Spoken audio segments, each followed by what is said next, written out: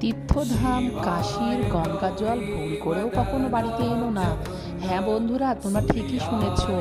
কারণ ভগবান রুষ্ট হয়ে যায় এতে। ভগবান শিবের সেখানে ইচ্ছা আছে যে কাশী থেকে কেউ একটি কীটও যদি বাড়িতে নিয়ে যায়, সেই বাড়িতে অশান্তি, দুঃখ, কষ্ট, রোগ, বালাই, শোক, তাপ লেগেই থাকবে।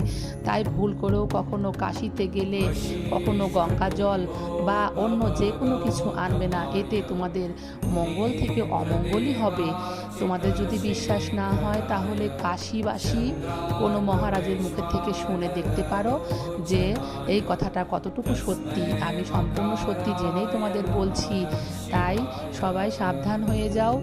কাশীতে অবশ্যই যাবে এবং সেখানে গিয়ে তোমরা ভগবান শিবকে দর্শন করবে, গঙ্গায় স্নান করবে, কিন্তু ভুল করেও কাশী থেকে কোনো কিছুই বাড়িতে নিয়ে আসবে না, গঙ্গা জলও নিয়ে আসবে না।